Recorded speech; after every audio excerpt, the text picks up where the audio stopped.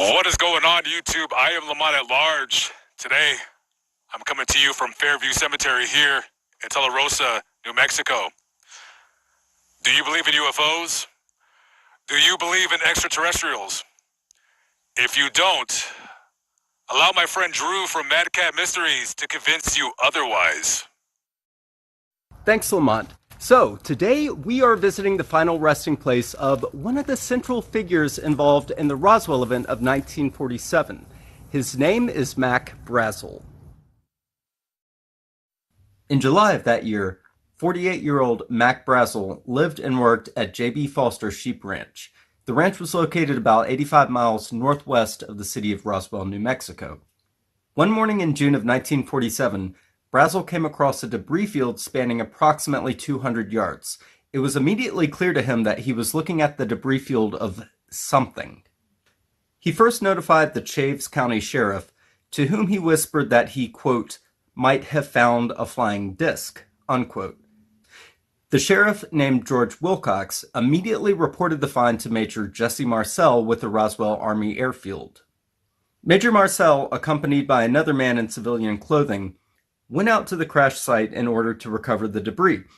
The wreckage was taken to the Roswell Army Airfield, and that was the last Brazel heard of it until news broke that a flying disc had been found.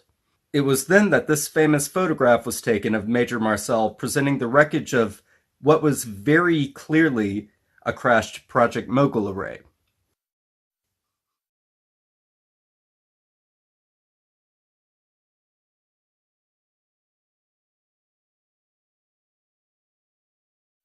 If you're familiar with the Roswell event, then you're probably aware that the military eventually ended up claiming that what really crashed outside of Roswell was nothing more than a top-secret spy balloon known as Project Mogul. While there's no doubt that the wreckage seen here was in fact a Project Mogul reflector, there's one huge problem that needs to be addressed. Over the years, Major Marcel confided to several individuals that the wreckage in this photo was not the wreckage he recovered from the crash site. 31 years later, Marcel even went on the record to clarify that what he found on Foster Ranch was, quote, not from this earth, unquote. As for why the real wreckage was switched out and where it's being kept today, well, that's anyone's guess. One theory states that a long-term plan was devised shortly after the story first broke to blame the entire thing on the then top-secret spy program. It may seem counterintuitive for the military to show their own top-secret technologies. However, if the plan truly was to divert public attention away from any possible extraterrestrial explanation, then the plan seems to have worked. To this day, skeptics still subscribe to the official explanation that what crashed outside of Roswell was nothing more than a Mogul balloon. I could list numerous examples of how the whole Project Mogul narrative was completely inconsistent with eyewitness reports, but that's a topic for another video. Shortly after Brazel filed his initial report, he would soon come to regret having told anyone about what he had found that day. At the time, he truly believed he was doing the right thing by reporting what he had found.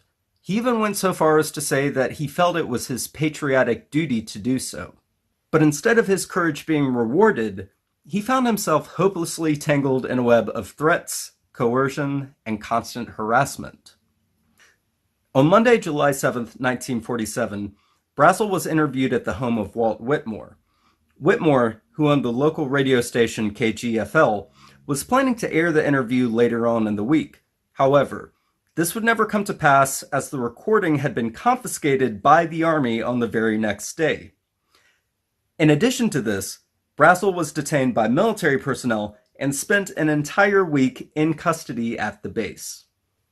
Brazel never went on the record to talk about why he was detained or exactly what happened to him over the course of those few days. What was clear to everyone who spoke to him after being released was that he was deeply frightened by the ordeal. After this, he remained very tight-lipped about the strange debris he discovered that fateful morning. His family believed the statements he did end up making around this time may have been the result of coercion and may have even been dictated to him by the Army. Brazel died in 1963 at the age of 64. His wife, Maggie, died in 1975 at the age of 73. Their son, Bill, believed that his father took most of what he knew to the grave with him.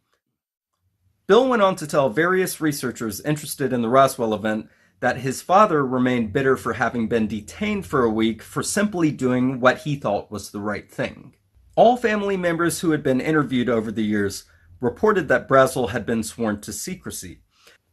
They believe he may have even been forced into taking an oath of secrecy, but he nevertheless remained true to his oath for the remainder of his life.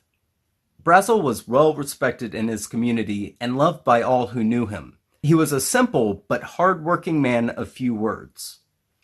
Known for his honesty, he was a man of character, a man of honor, and an American patriot in the truest sense. Though we may never know the secrets he took with him to the grave, may he always be remembered as a man who strove to do what he believed was right, and may he rest in peace.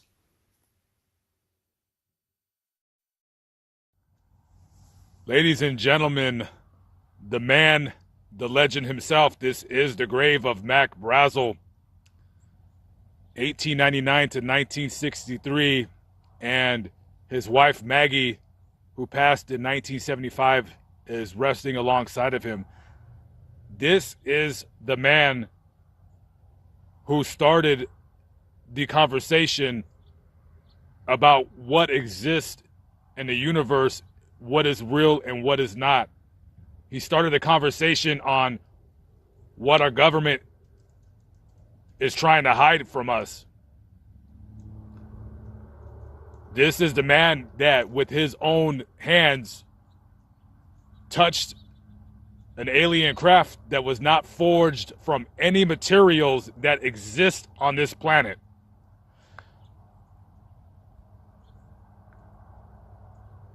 My job is not to convince you that this exists or that this is real. Simply my job to tell you his story.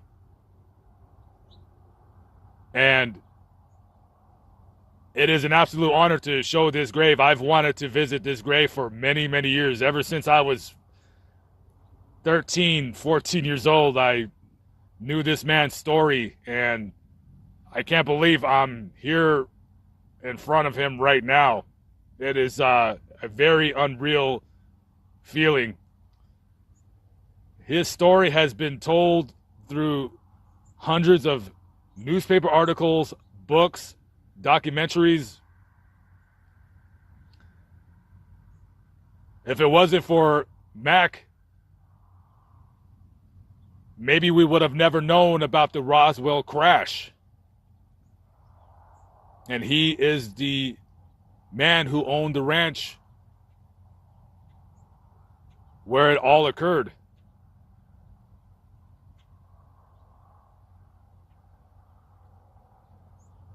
Not many interviews he gave during his life, and he was a very quiet guy. This guy was not a crazy person. He was just a good old cowboy. That's how people would describe him, just a cowboy.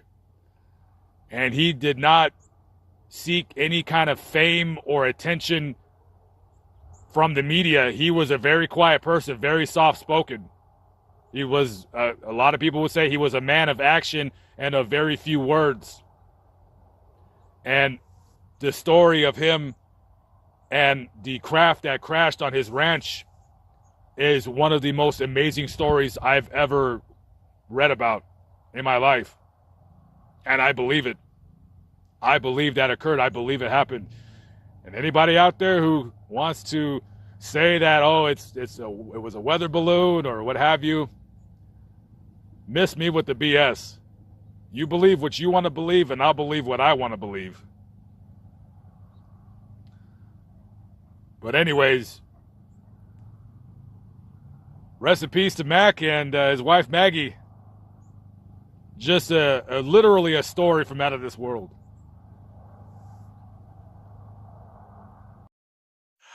I want to thank my friend Drew from Madcap Mysteries for narrating that video.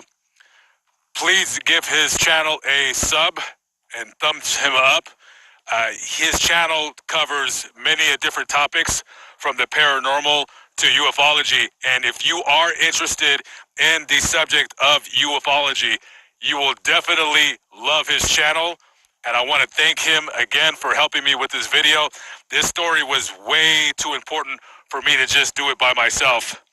A very fascinating subject and a very fascinating story from a man who, other than what we just spoke about, lived a pretty ordinary life.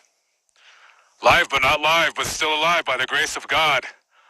I am Lamont at Large. Subscribe to my friend's channel, and I'll catch up with you on the next video. God bless, and peace out.